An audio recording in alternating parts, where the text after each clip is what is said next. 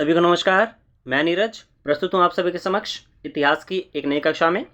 आज हम देखने जा रहे हैं कक्षा 7 इतिहास एनसीईआरटी पुस्तक का हमारे अतीत भाग 2 पुस्तक का नाम है। पाठ 1 करने जा रहे हैं। पाठ 1 का नाम है हजार वर्षों के दौरान हुए परिवर्तनों की पड़ताल। इससे पहले हम क्लास 6 का हिस्ट्री, ज्योग्राफी और पॉलिटिकल साइंस के to the points notes already देख चुके हैं। ठीक है, तो आप प्लेलिस्ट में जाके विजिट कर सकते हैं। To the point notes plus MCQ जो कि प्रैक्टिस में आपके काफ़ी लाभदायक होगा। कहीं भी जीके पूछा जा रहा है, जीएस पूछा जा रहा है, ठीक है, तो वहाँ ये सीरीज़ बहुत ही लाभदायक होने वाली है। आज हम जिस चैप्टर को करने चाह रहे हैं यह हमारा पहला चैप्टर होने वाला है और इसमें हम लगभग जो बात करूँ मैं 7वीं से 8वीं सदी से लगभग 17वीं सदी तक का, 17वीं 18वीं सदी तक का हम इसमें कवर अप करने जा रहे हैं। मतलब लगभग 1000 वर्ष। ठीक है, इस पूरी बुक में ही लगभग ये चलेगा। ठीक, और पहला जो चैप्टर है वो मेनली इतिहासकारों पे आधारित है कि इतिहासकार किन किन रिसोर्सेज का, किन किन स्रोतों का प्रयोग करते हैं इतिहास को जांचने और परखने के लिए। क्या उस समय की सांस्कृतिक, सामाजिक और आर्थिक परिस्थितियाँ रहीं, किस हिसाब से इतिहास में समय के अनुसार जो है परिवर्तन आया, उन सब की पड़ताल हम इस चैप्टर में करेंगे। ठीक है, कहीं भी आपका जीके का पार्ट आ रहा है, जीएस का पार्ट आ रहा है।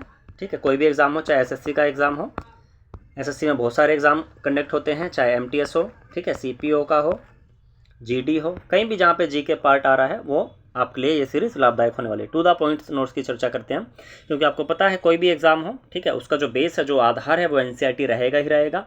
ये स्टैटिक है, ठीक है, ये चेंज नहीं हो सकता है। स्टैटिक जीके ऐसा जीके होता है जो कि चेंज नहीं हो सकता है। ठीक, इसके बाद आप देखिए जब आपका एनसीईआरटी का बेस मजबूत हो जाता है ना, ठीक है, स्ट्रॉन्ग हो जाता है, उसके बाद आप कहीं और सोर्स से पढ़ते हैं तो आपका एक बेस बना रहता है। ठीक है, और किसी भी मकान को खड़ा करने के लिए एक मजबूत नींव की बहुत ज़रूरत होती है। अगर नींव कमज़ोर रहेगी तो मकान गिर जाता है। ठीक है, तो उसी प्रकार से नॉलेज में भी होता है। अगर आपका बेस मजबूत हो गया ना तो इस पर आप जितना मर्जी ज्ञान अर्जित करते जाइए वो आपको लाभदायक ही होगा। लेकिन अगर नींव कमज़ोर हो गई ना, आपका बेस ही मजबूत नहीं हुआ, तब दिक्कत आ सकती है। ठीक है, कॉन्सेप्ट क्लियर नहीं होंगे।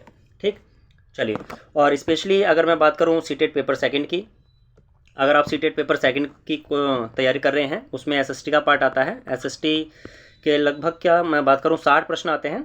ठीक है, 60 क्वेश्चंस आते हैं जो कि हिस्ट्री, ठीक है, पॉलिटिकल साइंस और ज्योग्राफी इनसे संबंधित रहते हैं। और टू द पॉइंट वहाँ से चीज़ें उठ के आती हैं। यहाँ से जो चीज़ कराई जा रही है टू द पॉइंट, वहाँ से आपको एग्ज़ाम में चीज़ें हूबहू देखने को मिलेंगी।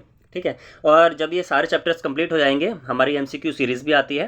जब चैप्टर्स एंड हो जाते हैं, जैसे कि आपको क्लासेस का जब हमने कंप्लीट किया था तो वहाँ पे आप प्लेलिस्ट में जाके विजिट कर सकते हैं। उसी हिसाब से हम क्लास 7 का भी ले चलेंगे। ठीक है, जब हमारे सारे चैप्टर्स कंप्लीट हो जाएंगे तो इसी चैप्टर्स के आधार पर एक अलग से एमसीक्यू सीरीज़ मिलेगी आपको, जो कि इन्हीं चैप्टर्स में होगी, चैप्टर से होगी, जो कि एक रिविज़न का काम करेंगे आप सभी के लिए। ठीक है, चलिए, फिलहाल समय को ना गंवाते हुए सीधा टू द पॉइंट चीज़ें देखेंगे आप। पार्ट 1, 1000 वर्षों के दौरान हुए परिवर्तनों की पड़ताल। चलिए, ये देखिए, 1000 वर्षों के दौरान हुए परिवर्तनों की पड़ताल 700 से 1750, जैसे कि मैंने बताया। ठीक है, इस पूरी बुक्स में हम देखेंगे। चलिए, सबसे पहले देख लेते हैं, यह छोटा सा फैक्ट दिया गया है। यहाँ आप मैप देख लीजिए पहले। देखिए, ये हमारे जो भारतीय उपमहाद्वीप है, ठीक है, उसका एक मैप है। ठीक, ये मैप है। आप सोचेंगे ये क्या चीज़ है? ये उस समय का मैप है जो कि बनाया गया था 12वीं शताब्दी में। किसके द्वारा बनाया गया था ये मैं बता देता हूँ अभी आपको। ये मैप है, समझ लीजिए। यहाँ देखिए नाव को कैसे दिखाया गया है। ठीक है, किस हिसाब से उपमहाद्वीप और बाकी चीज़ों को दिखाया गया है। ठीक है जी, चलिए अब यहाँ पर इनके चर्चा कर लेते हैं। ये इंपॉर्टेंट है, भूगोल वेता है तो इनका नाम इंपॉर्टेंट हो जाता है, एग्ज़ाम में आ सकता है। देखिए, मानचित्र 1 जो मैं ऑलरेडी ऊपर आपको दिखा चुका हूँ। ठीक, भूगोल वेता है ये, अल इदरीसी इनका नाम है। क्या नाम है? अल इदरीसी।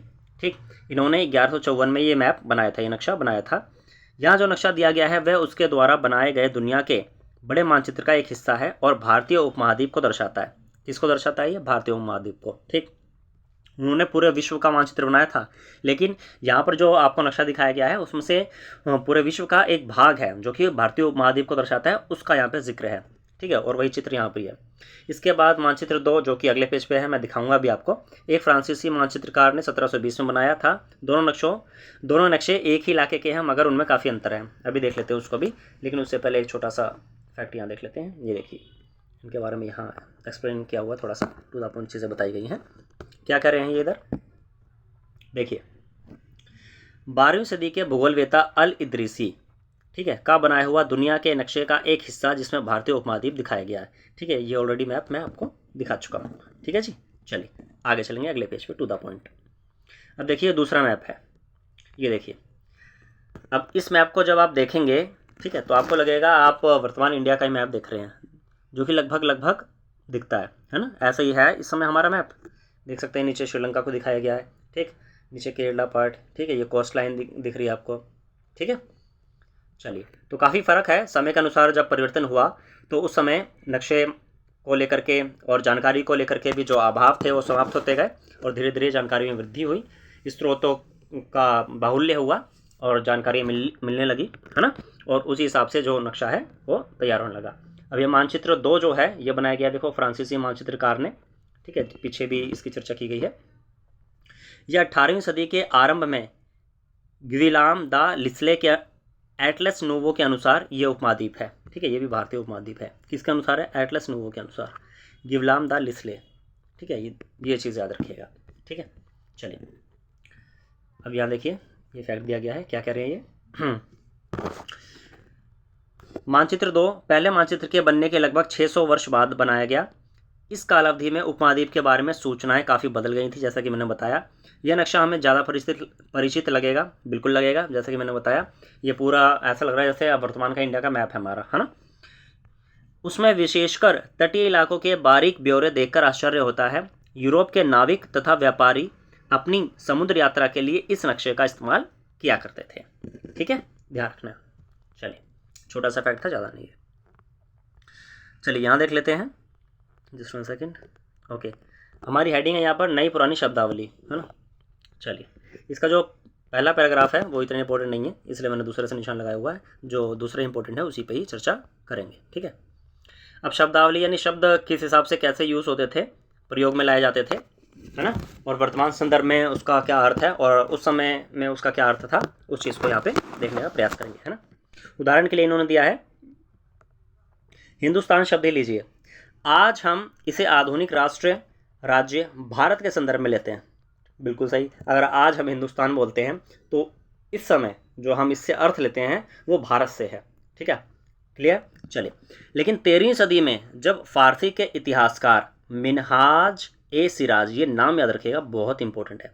ठीक है, इन्होंने हिंदुस्तान शब्द का प्रयोग किया था तो उसका आशय क्या था? पंजाब, हरियाणा और गंगा यमुना के बीच में स्थित इलाकों से था। ठीक है, ये question to the point exam में बन सकता है। पहली चीज़, ये फारसी के इतिहासकार थे। ठीक है, फारसी के क्या थे? इतिहासकार। दूसरी चीज़, ये 13वीं सदी के आसपास थे। ठीक है, मिनहाज ए सिराज इनका नाम है। क्लियर। इन्होंने हिंदुस्तान शब्द का प्रयोग किसके लिए किया था? पंजाब, हरियाणा और गंगा यमुना के बीच में स्थित इलाकों के लिए। क्लियर है? ठीक है, आशा चीज़ें समझ में आ रही होंगी। ठीक है, आगे चलेंगे। उसने इस शब्द का राजनीतिक अर्थ में उन इलाकों के लिए इस्तेमाल किया जो दिल्ली के सुल्तान के अधिकार क्षेत्र में आते थे। सल्तनत के प्रसार के साथ साथ इस शब्द के अंतर्गत आने वाले क्षेत्र भी बढ़ते गए, लेकिन हिंदुस्तान शब्द में दक्षिण भारत का समावेश कभी नहीं हुआ।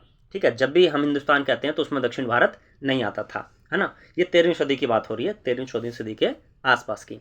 ठीक है, लेकिन अगर आज आप हिंदुस्तान बोलेंगे तो उसमें तो पूर्वी भारत भी है, दक्षिणी भारत भी है, पश्चिमी भारत भी है, पूरा का पूरा है ना। तो समय के अनुसार जो शब्दों के अर्थ है ना वो परिवर्तित होते रहते हैं, इसको यहाँ पर बतलाया गया है।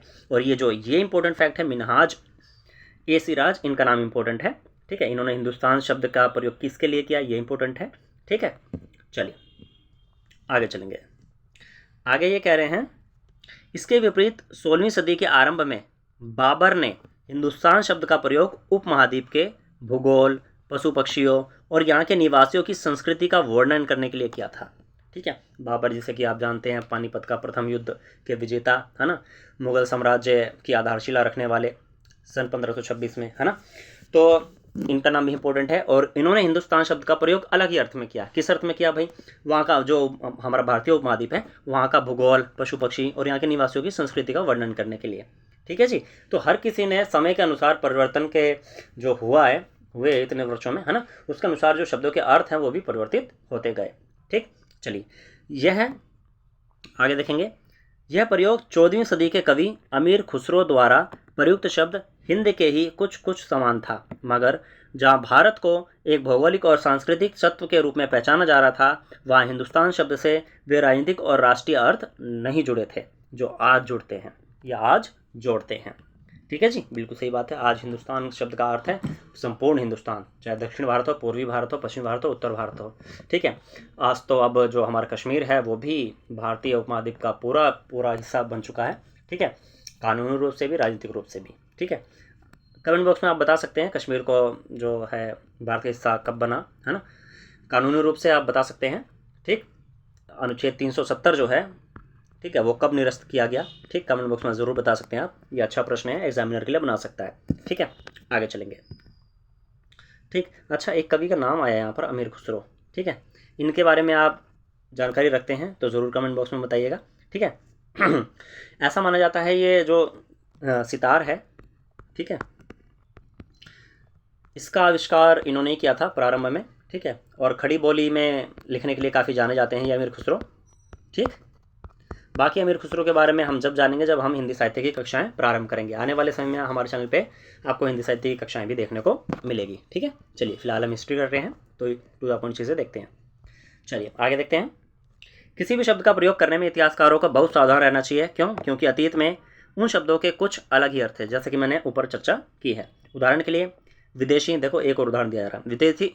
विदेशी जैसा सीधा साधा शब्द ही ले लीजिए, हमारे लिए आज इसका अर्थ होता है ऐसा व्यक्ति जो भारतीय ना हो। बिल्कुल सही।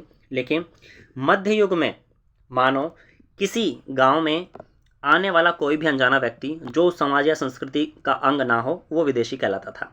ठीक है, ऐसे व्यक्ति को हिंदी में परदेसी और फारसी में अजनबी कहा जाता था। ये दो चीज़ याद रखना। हिंदी में विदेशी को क्या बोलेंगे? परदेसी। फारसी में क्या बोलेंगे? अजनबी। क्वेश्चन ऐसा ही बन सकता है, अजनबी शब्द किस भाषा का शब्द है? फारसी का। और परदेसी हिंदी का। ठीक है, तो एग्जामिनर का कुछ नहीं पता, इस चीज़ से, इस एंगल से भी आपको क्वेश्चन को या फैक्ट्स को देखने की आवश्यकता है। ठीक है, आगे चलेंगे। इसलिए किसी नगरवासी के लिए वनवासी भी विदेशी होता था, किंतु एक ही गांव में रहने वाले दो किसान अलग अलग धार्मिक या जाति परंपराओं से जुड़े होने पर भी एक दूसरे के लिए विदेशी नहीं होते थे। बिल्कुल सही है। ठीक है, ये जनरल फैक्ट है। ठीक है, जो इंपॉर्टेंट है वो मैं बताता चलूँगा। हिंदी परदेसी जो है हिंदी शब्द है और अजनबी जो है वो फारसी शब्द है। ठीक है, इसको आप ज़रूर याद रखिएगा एग्जाम के पॉइंट ऑफ व्यू से। आगे चलेंगे। देखिए, जैसे कि मैंने कहा कि ये जो चैप्टर है वो इतिहासकार को समर्पित है। ठीक है, इतिहासकार के बारे में काफ़ी जानकारी दी गई है कि इतिहासकार जो है कैसे डाटा को कलेक्ट करते हैं, आंकड़ों को एकत्रित करते हैं। ठीक, और एक अनुमान या फिर तथ्यों के आधार पर कुछ घोषणाएं करने का प्रयत्न करते हैं। ठीक है, कि हाँ ऐसा हुआ होगा, ऐसा हो सकता है ना, लेकिन उसके लिए भी कुछ साक्ष्य चाहिए होते हैं, है ना। तो इतिहासकार और उनके स्रोत, इस पुस्तक में हम मोटे तौर पर 700 से 1750 ईस्वी तक लगभग 1000 वर्षों के बारे में पढ़ेंगे, जैसे कि मैं ऑलरेडी आपको बता चुका हूँ। ठीक है, इतिहास भाग 2 कक्षा 7 जो हम पढ़ रहे हैं उसमें हम 700 से 1750 तक के ईस्वी के समय में के मध्य में जो भी सांस्कृतिक, सामाजिक और आर्थिक बदलाव हुए उनके बारे में चर्चा करेंगे। ठीक है, आगे चलेंगे, टू द पॉइंट ही चलेंगे हम। ठीक है, जैसे कि आपको पता है हमारे चैनल का मोटो भी है, do hard work with smart work, to the point, है ना। चलिए, इस काल के अध्ययन के लिए इतिहासकार जिन स्रोतों का प्रयोग करते हैं उनमें आपको बहुत सी बातें ऐसी मिलेंगी जो पिछले युग में वैसी ही चली आ रही हैं, है ना। जैसे कि पीछे आप देखेंगे जब हमने क्लास 6 का चैप्टर किया उसमें सिक्कों के द्वारा, है ना, सिक्के और शिलालेख, स्थापत्य, है ना, वही चीज़ आज भी प्रयोग कर रहे थे इस समय में भी। लेकिन क्या परिवर्तन हुए देखते हैं। इतिहासकार इस काल के बारे में सूचना इकट्ठी करने के लिए अभी भी सिक्कों, शिलालेखों, स्थापत्य, जस्ट 1 सेकेंड, ओके 1 सेकेंड। चलिए, स्थापत्य अर्थात भवन निर्माण कला, लिखित सामग्री पर निर्भर करते हैं, पर कुछ बातें पहले से काफ़ी भिन्न हैं। इस युग में प्रामाणिक लिखित सामग्री की संख्या और विविधता आश्चर्यजनक रूप से बढ़ गई, है ना। पहले क्या होता था, जो प्रामाणिक लिखित सामग्री है वो नहीं मिलती थी, है ना। क्योंकि उस समय लिखने के ऐसे सोर्सेज नहीं थे और कागज़ वगैरह का भी विकास उस समय नहीं हुआ था, है ना। इसके आगे इतिहासकार सूचनाओं के दूसरे प्रकार के स्रोतों का इस्तेमाल धीरे धीरे कम करने लगे, है ना। जब स्रोतों की संख्या बढ़ गई, है ना, कौन कौन से नए नए स्रोत आ गए, यहाँ देखिए, यहाँ अच्छे से बताया गया है। इस समय के दौरान कागज़, है ना, क्रमशः सस्ता होता गया और बड़े पैमाने पर भी उपलब्ध होने लगा। लोग धर्म ग्रंथ, शासकों के वृत्तांत, संतों के लेखन तथा उपदेश, अर्जियाँ, अदालतों के दस्तावेज, हिसाब तथा करों के खाते, करो यानी टैक्स, टैक्स के खाते, है ना, आदि लिखने में इसका प्रयोग करने लगे। धनी व्यक्ति, शासक जन, मठ तथा मंदिर पांडुलिपियाँ एकत्रित किया करते थे। इन पांडुलिपियों को पुस्तकालयों तथा अभिलेखागारों में रखा जाता था। अभी अभिलेखागार क्या है, यहाँ देखिए, देखिए यहाँ पर अभिलेखागार दिया हुआ है, ये आपको ध्यान में रखना है, यहाँ से डायरेक्ट क्वेश्चन आया हुआ है, ठीक है। अभिलेखागार क्या होता है? ऐसा स्थान जहाँ दस्तावेजों को और पांडुलिपियों को संग्रहित किया जाता है, ठीक है। आज सभी राष्ट्रीय और राज्य सरकारों के अभिलेखागार होते हैं, जहाँ वे अपने तमाम पुराने सरकारी अभिलेख और लेन देन के ब्यौरों का रिकॉर्ड रखते हैं, ठीक है। मूल रूप में जहाँ दस्तावेज और पांडुलिपियों को संग्रहित किया जाता है वो अभिलेखागार हैं। क्लियर है? चलिए आगे चलेंगे। Just one second. देखिए, कागज़ का विकास होगा तो ऑब्वियस सी बात है छापे खाने भी डेवलप होंगे, है ना। लेकिन छापे खाने को डेवलप होने में, प्रिंटिंग मशीन्स को डेवलप होने में काफ़ी समय लगता है ना, और समय लगा भी, जैसे हम इतिहास में देखते हैं। उस समय छापे खाने नहीं होते थे, है ना। चलिए, तो यहाँ पे देखिए उसी से संबंधित फैक्ट है। उन दिनों छापे खाने तो होते नहीं थे, इसलिए लिपिक या नकलनवीस, ये शब्द याद रखना है आपको, लिपिक या नकलनवीस, ये क्या करते थे, ये ना हाथ से ही पांडुलिपियों की प्रतिकृति बनाते थे, जिसे आज की डेट में आप फोटोकॉपी बोलते हैं, है ना। आपको किसी चीज़ की कॉपी चाहिए होती है, आप क्या करते हैं भाई, फोटोकॉपी वाले के पास गए, साइबर कैफ़े में गए, वहाँ आपने डॉक्यूमेंट दिया अपना और उसकी कॉपी ले ली, है ना। ये करते हैं ना, 2 रुपये 4 रुपये जो भी उनका अमाउंट हुआ, है ना, आपने फटाफट कॉपी ले ली। आपको उसी चीज़ को दोबारा लिखने की ज़रूरत नहीं है कि हाँ भाई, जैसे आपको डिस्ट्रीब्यूट करना है, 4 लोगों को देना है वो डॉक्यूमेंट, तो आप बार बार लिख के नहीं देंगे। आप क्या करेंगे, 4 कॉपी करा लेंगे और 4 लोगों को बांट देंगे। लेकिन पहले सिस्टम नहीं था, है ना। तो पहले क्या करते थे, इसके लिए लिपिक होते थे और नकलनवीस होते थे, जो हाथ से ही पांडुलिपियों की ही प्रतिकृति बनाते थे, ठीक है। ये व्यक्ति ही करते थे सारे काम, है ना। हाँ, एग्जाम्पल देखो बहुत बढ़िया दिया गया है यहाँ, ठीक है। इसका नुकसान क्या होता था, अगर आपने कभी किसी मित्र के गृह कार्य की नकल उतारी है तो आप जानते ही होंगे कि यह काम आसान नहीं है। कभी कभी आपको अपने मित्र की लिखावट समझ में नहीं आती होगी, है ना, और आपको मजबूर होकर अंदाज ही लगाना पड़ता होगा कि क्या लिखा है। बिल्कुल सही बात है, ठीक है, ये होता है और आज भी होता है ना।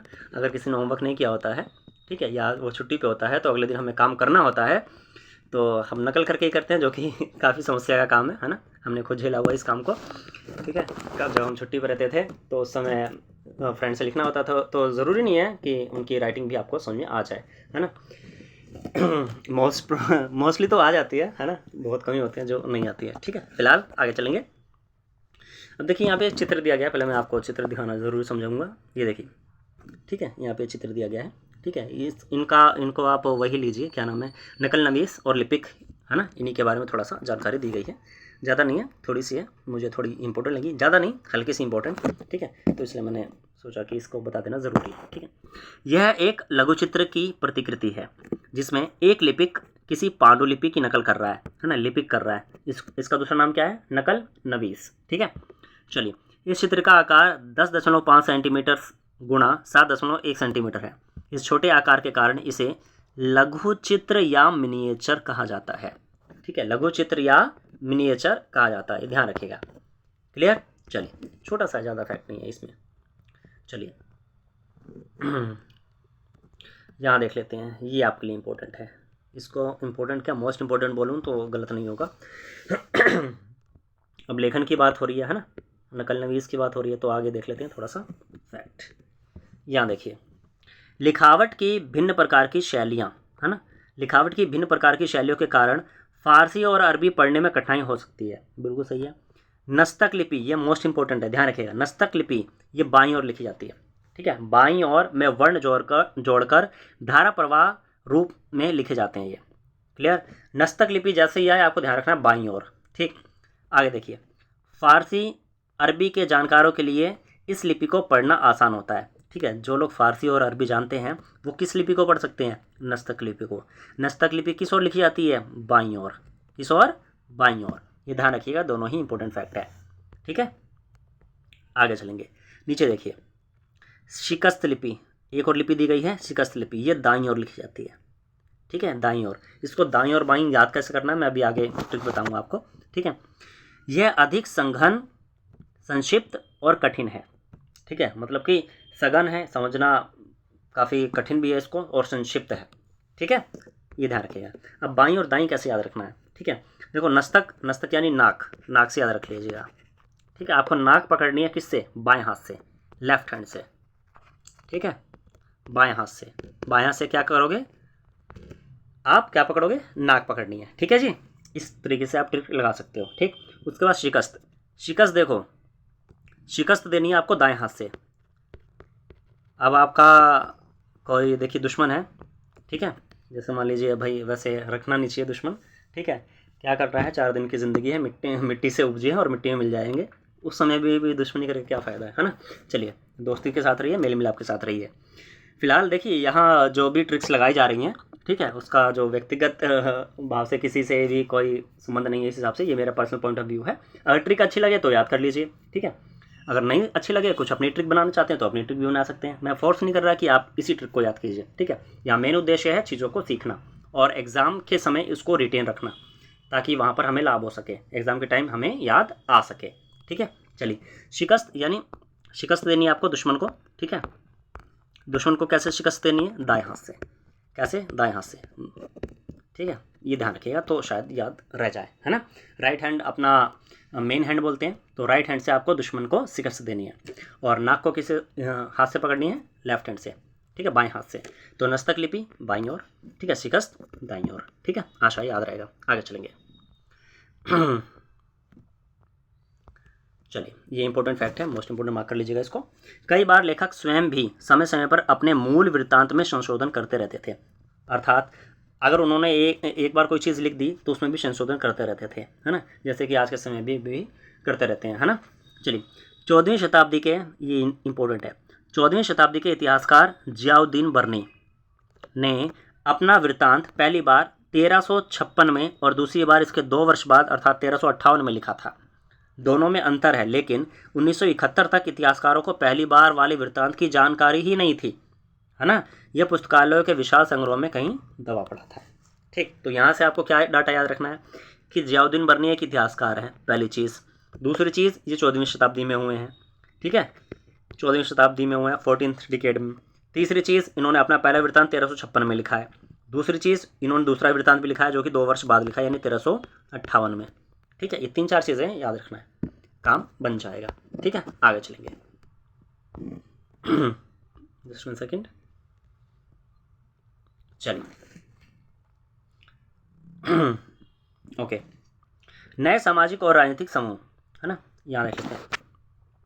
सन 700 से 1750 के बीच के 1000 वर्षों का अध्ययन इतिहासकारों के आगे भारी चुनौती रखता है। बिल्कुल सही बात है, मुख्य रूप से इसलिए कि इस पूरे काल में बड़े पैमाने पर और अनेक तरह के परिवर्तन हुए हैं। ठीक है, इस काल में अलग अलग समय पर नई प्रौद्योगिकी के दर्शन हमें देखने को मिल जाते हैं। ठीक, सिंचाई में रहट, ठीक है, ध्यान रखिएगा। रहट अगर शब्द आ जाए तो आपको ध्यान रखना है, रहट शब्द जो है वो सिंचाई से संबंधित है, ये सिंचाई का एक प्रकार है। ठीक है, क्या है कमेंट बॉक्स में बता सकते हैं। ठीक है, आपके सुझाव जो हैं वो सदैव आमंत्रित हैं। आगे चलेंगे। कताई में चरखे और युद्ध में आग्नेयास्त्र।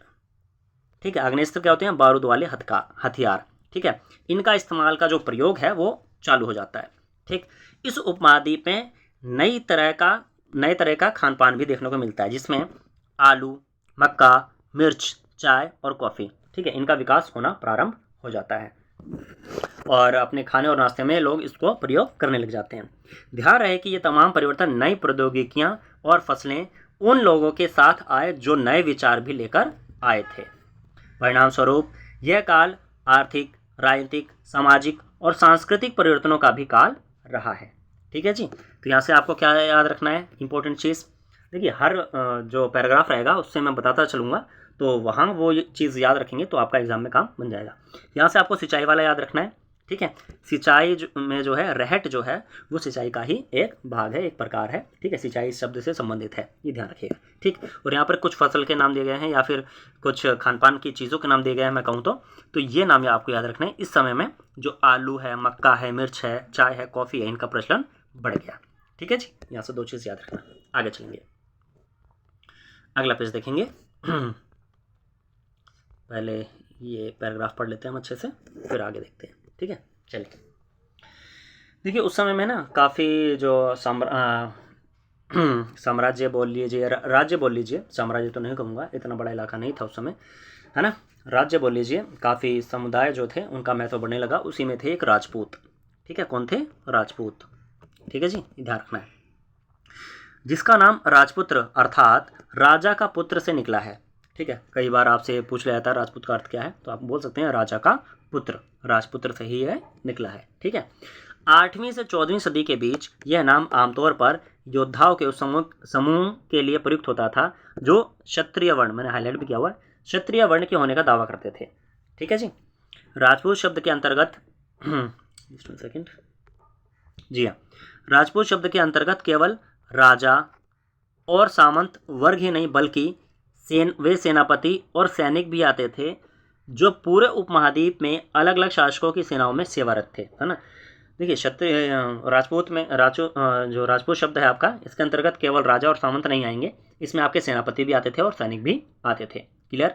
चलिए, कवि और चारण राजपूतों की आचार संहिता, प्रबल पराक्रम और स्वामी भक्ति का गुणगान करते थे। अब आप कहेंगे भाई ये कवि और चारण, कवि तो समझ में आ रहा है, चारण कौन है? देखिए आप उदाहरण के माध्यम से समझिए। देखिए पृथ्वीराज चौहान के बारे में आपने पढ़ा है, ठीक है, ये राजपूत थे, ठीक है जी। इनके साथ आपने एक नाम और पढ़ा होगा, चंद्रवरदाई, ठीक है, जिन्होंने एक महान ग्रंथ लिखा है पृथ्वीराज रासो, पृथ्वीराज रासो, ठीक है। अब ये क्या थे? ये जो थे ये पृथ्वीराज के दरबार में ही थे, ठीक है। और क्या करते थे ये जो इन्होंने काव्य लिखा पृथ्वीराज रासो, जो ग्रंथ मैंने बताया, ठीक है, इसमें इन्होंने अपने राजा का अर्थात पृथ्वीराज चौहान का गुणगान किया है, उनकी वीर का, उनके शौर्य का, ठीक है, उनके पराक्रम का, ठीक है, उनका बहुत ही बड़ा चढ़ाकर या बोल लीजिए सच्चाई का वर्णन किया है, ठीक है, और अपनी स्वामी भक्ति का इन्होंने परिचय दिया है, ठीक है। तो ये क्या कहलाएंगे? ये भाट कवि कहलाएंगे, चारण कवि कहलाएंगे, ठीक है। भाट और चारण बोलते थे, है ना, तो ये चारण कवि हुए। कौन? चारण कवि। चारण कवि वो होते हैं, देखिए, जो अपने राजाओं के सानिध्य में रहते हैं और अपनी राजा की ही प्रशंसा में वो काव्य की रचना करते हैं, ठीक है जी, समझ में आया? सिंपल है। बाकी चंद्रवरदाई और पृथ्वीराज के बारे में और पृथ्वीराज रासो के बारे में हिंदी की कक्षाओं में आपने जानेंगे, क्योंकि हिंदी साहित्य से सीधे तौर पर संबंधित है, ठीक है। जितनी जानकारी इतिहास को लेकर के, इतिहास के संदर्भ में आवश्यक थी उतनी मैंने दे दी है। आगे चलेंगे। तो यहाँ तक हो गया है, जस्ट 1 सेकेंड।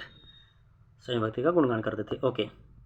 चलिए, इस युग में राजनीतिक दृष्टि से महत्व हासिल करने के अवसरों का लाभ मराठा, सिख, जाट, अहोम, कायस्थ में भी मुख्यतः लिपिकों और मुंशियों का कार्य करने वाली जाति, ठीक है, कायस्थ ये थी, आदि समूहों ने भी उठाया है, ठीक। कायस्थ शब्द का आपका आ सकता है, तो आपको ध्यान रखना है, मुख्यतः लिपिकों तथा मुंशियों का कार्य करने वाली जाति, ठीक है, कायस्थ ये कहलाते थे, ठीक है जी। तो इन्होंने भी राजनीतिक दृष्टि से महत्व हासिल करने के लिए संयुक्त प्रकार किया भाई, ठीक है, हर कोई करता है, जैसे कि अभी राजनीतिक माहौल देख सकते हैं आप देश का, है ना। चलिए अपनी कक्षा पे वापस लौटेंगे, आगे देखेंगे। इस पूरे काल के दौरान क्रमशः जंगलों की कटाई हो रही थी और खेती का इलाका बढ़ता जा रहा था। कुछ क्षेत्रों में यह परिवर्तन अन्य क्षेत्रों की अपेक्षा अधिक तेजी से और पूरे तौर पर हुआ। पर्यावास, ठीक है, इसका अर्थ मैं बताऊंगा, अभी अच्छे से एक्सप्लेन करूंगा। पर्यावास में परिवर्तन के कारण कई वनवासियों को मजबूर होकर अपना स्थान छोड़ना पड़ा, ठीक है, यहाँ तक आप करेंगे, जस्ट 1 सेकेंड, ठीक है। कुछ और वनवासी जमीन की जुताई करने लगे और कृषक बन गए, ठीक है जी। चलिए, तो देखिए जैसे जैसे जंगलों का नाश होता जाएगा, है ना, तो जो ऑब्वियस सी बात है, जो वनवासी रहेंगे, जो वहाँ पे रहेंगे, जो जनजातियाँ रहेंगी, उनको वो छोड़ना पड़ेगा स्थान, क्योंकि उनका जो पूरा जीवन है, ठीक है, चाहे आर्थिक रूप से देख लीजिए, है ना, वो पूरी तरीके से जंगल पे ही निर्भर करते हैं, है ना, चाहे लकड़ियाँ हों, खाना पकाने के लिए चाहिए हो उनको, आग जलाने के लिए, या कंदमूल फल हो जो वो खाते हों, है ना। तो अगर आप जंगल को नष्ट कर देंगे तो उनको भी तो वो स्थान छोड़ना पड़ेगा ना, ठीक है। वर्तमान में भी यही हो रहा है, जो कि नहीं होना चाहिए, है ना। चलिए आगे देखेंगे। पर्यावास, जैसे कि एक शब्द आया था पर्यावास, उसका अर्थ आपको पता होना चाहिए, इंपॉर्टेंट है। कलर चेंज करते हैं, रेड रेड में मैच हो जाएगा, ठीक है। इसका तात्पर्य किसी भी क्षेत्र के पर्यावरण और वहाँ के रहने वालों की सामाजिक और आर्थिक जीवन शैली से है, ठीक है। जो उनका क्षेत्र का पर्यावरण है, ठीक है, उनकी जो सामाजिक और आर्थिक जीवन शैली है, उससे है इसका अर्थ पर्यावास, ठीक है। ध्यान रखिएगा, इंपॉर्टेंट है। आगे चलेंगे, टू द पॉइंट ही चीज़ें देखने का प्रयास करेंगे, ठीक है। देखते हैं इधर, just one second, right click कर लेते हैं तो बेटर रहेगा, ठीक। अपने सदस्यों के व्यवहार का नियंत्रण करने के लिए जातियां स्वयं अपने अपने नियम बनाती थीं। जो भी जातियां थीं उस समय में क्या करती थी, स्वयं अपने अपने अलग नियम बना लिए। थोड़ा जनरल फैक्ट है, इतना नहीं है, लेकिन यहाँ पे जो जाति पंचायत शब्द है ना, ये इंपॉर्टेंट है, जो हाईलाइट किया हुआ है ना, इसलिए मैंने इसको उठाया यहाँ से। इन नियमों का पालन जाति के बड़े बुजुर्गों की एक सभा करवाती थी, जिसे कुछ इलाकों में जाति पंचायत कहा जाता था, ठीक है। बड़े बुजुर्गों की एक सभा थी, ये किसकी थी, नियमों का पालन जाति के बड़े बुजुर्गों की एक सभा करवाती थी, जिसे कुछ इलाकों में जाति पंचायत कहा जाता था। ध्यान रखना इंपॉर्टेंट है। लेकिन जातियों को अपने निवास के गांवों के रिवाजों का पालन भी करना पड़ता था। इसके अलावा कई गांवों पर मुखियाओं का शासन होता था। मिल मिलाकर वे किसी राज्य की एक छोटी इकाई भर होती थी, ठीक है। तो यहाँ इस पेज से आपको क्या याद रखना है, जाति पंचायत, ठीक है। आगे चलेंगे, टू द पॉइंट ही देखने का प्रयास करते रहेंगे हम, ठीक है। अगला है देखिए आपका क्षेत्र और साम्राज्य। Just one second, okay, just one second, इसको अच्छे से वेट कर लेते हैं ना, ताकि अपना काम जो है इसलिए बन जाए एक बार में, ओके। चलिए, क्षेत्र और साम्राज्य, ये हमारी सब हेडिंग है यहाँ पर। देखिए, चोल साम्राज्य के बारे में हम ऑलरेडी पढ़ चुके हैं क्लास 6 में, है ना। अगर आपने वीडियोस नहीं देखी हैं क्लास 6 हिस्ट्री की, टू द पॉइंट की, तो वहाँ पे जाके आप विजिट कर सकते हैं, ठीक है। यहाँ पे दिया भी गया है अध्याय, इस क्लास 7 में भी देखिए अध्याय का नाम दे रखा है, किसमें हम अच्छे से डिटेल में पढ़ेंगे, है ना। अध्याय 2 में चोल साम्राज्य के बारे में हमें पढ़ने को मिलेगा, है ना। चलिए, फिलहाल चोल, तुगलक, मुगल जैसे बड़े बड़े राज्यों के अंतर्गत कई सारे क्षेत्र आते थे, बिल्कुल सही। आगे देखेंगे, दिल्ली के सुल्तान गयासुद्दीन बलबन, इसको ध्यान रखना है आपको, ठीक है, इनको ध्यान रखना है। इनका टाइम पीरियड है 1266 से 1287, ठीक है। दिल्ली के सुल्तान गयासुद्दीन बलबन की प्रशंसा में एक संस्कृत प्रशस्ति, ठीक है। प्रशस्ति क्या होती है मैं ऑलरेडी बता चुका हूँ क्लास 6 में, ठीक है। प्रशस्ति राजा का गुणगान करने वाली, है ना, राजा के शौर्य और जो वीरता है उसकी कहानी को दर्शाने वाली, जो भी राजा के संदर्भ में लिखी जाए, जो उनके दरबारी कवि होते थे वो लिखते थे, ठीक है, वो प्रशस्ति कहलाती है। तो इनके बारे में ना, इनकी प्रशंसा में एक संस्कृत प्रशस्ति मिली है, मतलब संस्कृत का भाषा में मिली है, सोचने वाली बात है ना। में उसे एक विशाल साम्राज्य का शासक बताया गया है, किसे, गयासुद्दीन बलबन को, ठीक है। जो पूर्व में बंगाल अर्थात गौड़, ठीक है, ब्रैकेट में लिखा है गौड़, बंगाल का एक प्रमुख क्षेत्र, या फिर बंगाल को ही गौड़ उस समय कहा जाता था, है ना, से लेकर पश्चिम में अफगानिस्तान के गजनी अर्थात गज्जन तक फैला हुआ था, और जिसमें संपूर्ण दक्षिण भारत अर्थात द्रविड़ भी आ जाता था। तो सोचने वाली बात है, इतना बड़ा इसका पूरा साम्राज्य पूरा फैला हुआ था, है ना, गयासुद्दीन बलबन। और इससे लोग बहुत घबराते थे उस समय, जिस रास्ते पर ये चला जाता था ना, वो रास्ता छोड़ देते थे लोग, ठीक है, आत्मसमर्पित कर देते थे या फिर हट जाते थे, दूर भाग जाते थे, ठीक है। इतना आक्रोश था, डर था उस समय गयासुद्दीन बलबन का, पूरे जो भी अतिरिक्त छोटे मोटे राजा थे या उस समय जो क्षेत्र थे उनका, है ना।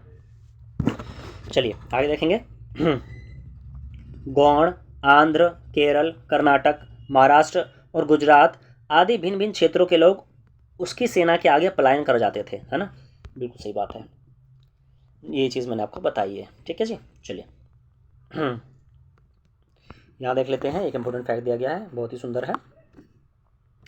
सन 1378 में, सन आपको याद नहीं रखना है, ठीक है, सन को छोड़ दीजिए, कवि के नाम पे आइए, ठीक है। जहाँ सन याद रखना होगा मैं बताऊंगा कहाँ याद रखना है, ठीक है। अमीर खुसरो ने इस बात पर गौर किया था कि, किस बात पर, इस देश के हर क्षेत्र की एक अलग भाषा है ना। जैसे कि हम जानते हैं भाई, हमारा जो देश है बहुभाषी है, ठीक है। बोला भी जाता है कि जैसे जैसे आप अपना पग बढ़ाते जाएंगे, पैर बढ़ाते जाएंगे, है ना, कहीं का पानी बदलेगा, है ना, और कहीं का आपका भाषा बदलेगी, है ना। चलिए पग पग पर भाषा चेंज हो जाती है। अभी आप दिल्ली से अभी आप हरियाणा साइड चले जाइए, हरियाणा साइड चले जाएंगे तो वहाँ पे टोन अलग नज़र आएगी आपको, है ना, भाषा में एक अलग ही टच नज़र आएगा। राजस्थान साइड चले जाएंगे तो वहाँ अलग टच नज़र आएगा, है ना। तो उस समय में भी अमीर खुसरो ने यही चीज़ बताने का प्रयास किया है ना।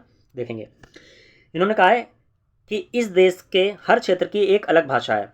सिंधी, लाहौरी, कश्मीरी, दार समुद्री, ये दक्षिण कर्नाटक में, ठीक है, ये बोली जाती हैं, इन्होंने बताया। दार समुद्री जो है वो दक्षिणी कर्नाटक में बोली जाती है ना। तेलंगानी बोली जाती है आंध्र प्रदेश में, गुजरी बोली जाती है गुजरात में, माबारी बोली जाती है तमिलनाडु में, गोड़ी बोली जाती है बंगाल में। गोड़ी देखो एक भाषा के संदर्भ में भी यूज हुई है ना।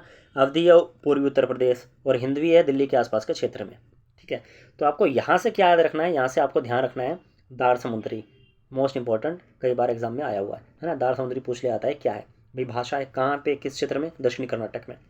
तेलंगाना आपको ध्यान रहेगा, ठीक है, आंध्र प्रदेश से ही तेलंगाना निकला है, 2 जून 2014, कई बार बताया हुआ है, याद रखिएगा ये फैक्ट भी। तो यह तो आप कर लेंगे, गुजरी गुजरात कर लेंगे, ठीक है।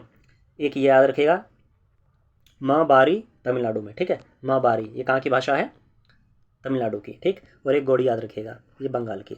अवधि तो आप कर लेंगे, ये हिंदी में मैंने टॉपिक्स कराया हुआ है भाषाओं का, हिंदी भाषा की बोलियाँ और क्षेत्र, वहाँ जाके आप अच्छे से और भी एक्सप्लेनेशन देख सकते हैं, है ना, अच्छे से कराया हुआ है। हिंदी भी आप कर लेंगे दिल्ली के आसपास के क्षेत्र की, है ना।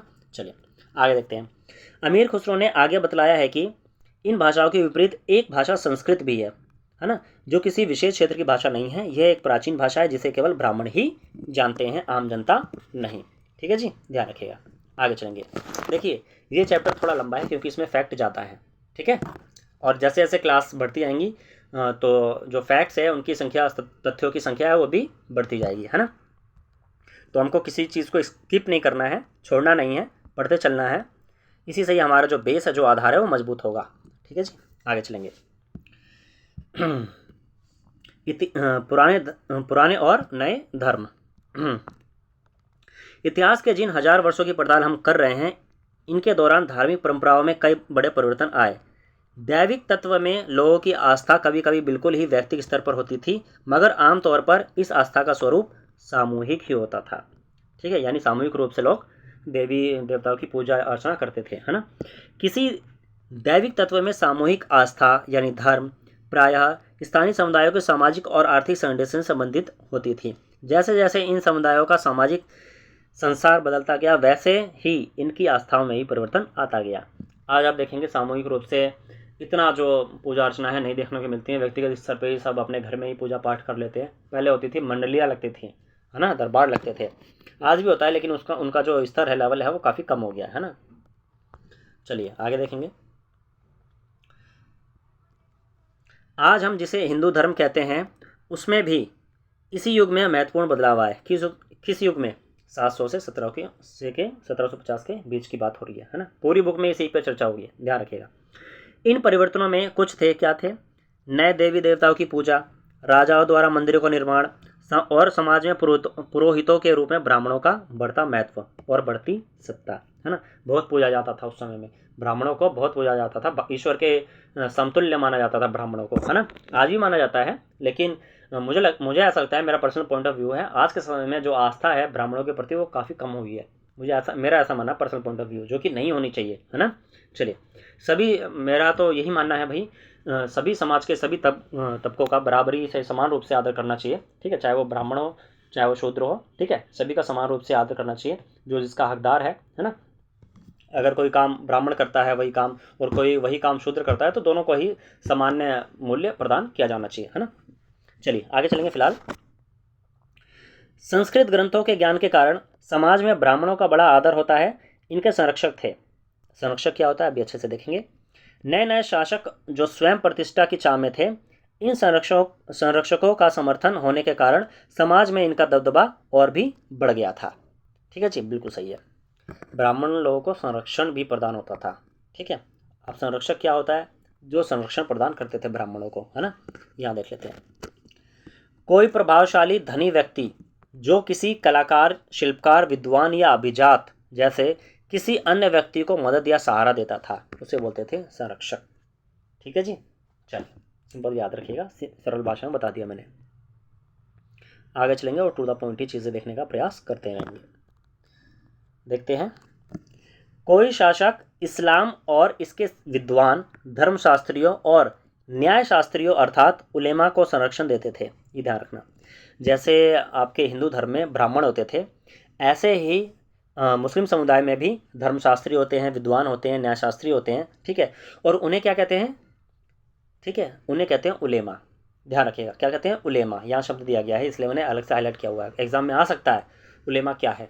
ठीक है, तो आपको ध्यान रखना है, जिस हिसाब से हिंदू धर्म में ब्राह्मण को जो स्थान प्राप्त है, वही स्थान मुस्लिम समुदाय में उलेमा को प्राप्त है। ठीक है, ये इस्लाम के ज्ञाता होते थे, इस्लाम के बारे में अच्छे जानकार होते थे, विद्वान होते थे, धर्मशास्त्री होते थे, न्यायशास्त्री होते थे, उलेमा। ठीक है, और इनको भी संरक्षण प्रदान होता रहता था समय समय पर। ठीक है, जैसे कि हिंदू धर्म में ब्राह्मण को होता था। ठीक है जी, चलिए यहाँ पे लिखी भी हुई लाइन देखिए, हिंदू धर्म की ही भांति इस्लाम के अनुयायी भी अपने धर्म की अलग अलग तरह से व्याख्या करते थे। मुसलमानों में कुछ शिया थे जो पैगंबर साहब के दामाद अली को मुसलमानों का विधि सम्मत नेता मानते थे, और कुछ सुन्नी थे जो खलीफाओं के प्रभुत्व को स्वीकार करते थे। ठीक है, अब यहाँ से आपको क्या चीज़ याद रखनी है, जो मुस्लिम समुदाय है वो दो भागों में बट गया था उस समय में भी, है ना, उससे पहले ही काफ़ी, जहाँ तक मुझे याद आ रहा है 600 के आसपास, 600 ईस्वी के आसपास या 6 ईस्वी के आसपास मैं बोलूँ, है ना, उसी समय में पैगंबर मोहम्मद हुए थे, जहाँ तक मुझे याद आ रहा है। बाकी आप कमेंट बॉक्स में बता सकते हैं, है ना। उनके जाने के बाद जो मुस्लिम समुदाय है वो शिया और सुन्नी में विभाजित हो गया था, है ना। अब यहाँ से आपको क्या ध्यान रखना है, जो शिया लोग थे ना, वो अली को सब कुछ मानते थे अपना। ठीक है, जो पैगंबर साहब के दामाद थे अली, ठीक है, इनको अपना नेता मानते थे मुख्य रूप से, और इन्हीं की ही वकालत किया करते थे। ठीक है, लेकिन जो सुन्नी लोग थे ना, वो खलीफाओं के समर्थन को वर्चस्व प्रदान करते थे, खलीफाओं को अधिक मानते थे। ये ध्यान रखना है। ठीक है, क्वेश्चन बन सकता है एग्जाम में, खलीफाओं का समर्थन कौन करते थे? सुन्नी करते थे। ठीक है, और शिया के लोग किसको मानते थे? अली को। तो ये दो चीज़ें याद रखनी है आपको, इस वजह से मोस्ट इंपॉर्टेंट है। ठीक है, याद कैसे करेंगे?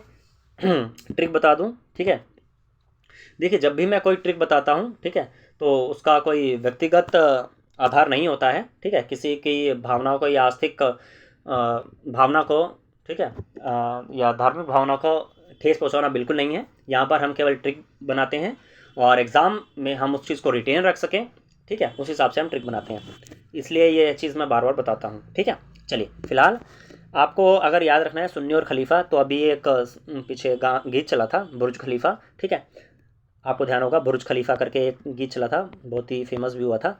तो आपको सुन खलीफा याद रखना है। क्या करना है? सुन खलीफा। क्या रखना है? सुन खलीफा। ठीक है, तो सुन खलीफा से आपको याद हो जाएगा, क्या हो जाएगा? सुन्नी लोग खलीफाओं का प्रभुत्व स्वीकार करते थे। ठीक है, देखिए खलीफा, बुर्ज खलीफा एक सॉन्ग भी है, तो सॉन्ग को क्या करोगे? सुनोगे ही, है ना भाई। कोई लोग गा भी सकते हैं, गाने की इच्छा हो, लेकिन सॉन्ग को मेनली जो है सुना जाता है। ठीक है, तो सुन खलीफा, सुन खलीफा, ध्यान रखना है, एक दो बार बोलोगे याद हो जाएगा। ठीक है, अब सुन के साथ खलीफा है, तो दूसरा समुदाय कौन सा है? शिया। ठीक है, और उधर कौन है प्रवर्तक? अली। तो आपको ऑटोमेटिकली याद हो जाएगा, इसमें से केवल एक याद कर लीजिए, दूसरा ऑटोमेटिकली आपको याद हो जाएगा।